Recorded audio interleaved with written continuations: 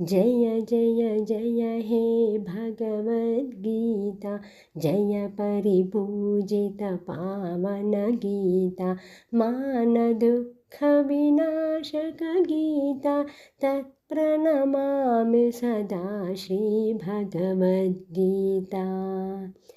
वेदाभ्यासविरचिता गीता, विघ्नराजलिखितं भगुगीता, मुक्तिमार्गमुनु चूपिडि गीता, तत्प्रणमामि सदा श्रीभगवद्गीता।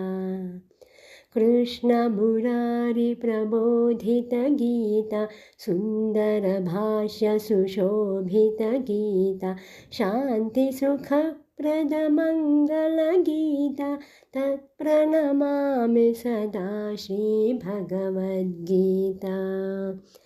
वेदत्रयवसुदेवुनि गीता, सोमयागफलसिद्धितगीता, रुद्रलोकप्राप्तं भगुगीता, तत्प्रणमामि सदा श्रीभगवद्गीता।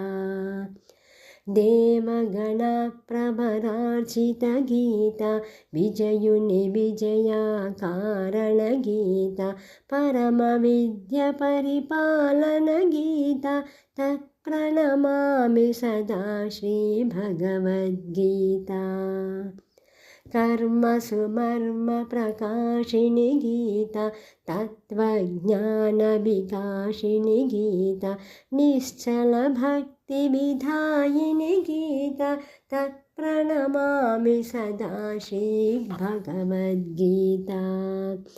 भवभयहारिणि कारिणि गीता, भक्तिज्ञानसोपानमे गीता, सकलवेदालसारमे गीता, तत्प्रणमामि सदा श्रीभगवद्गीता।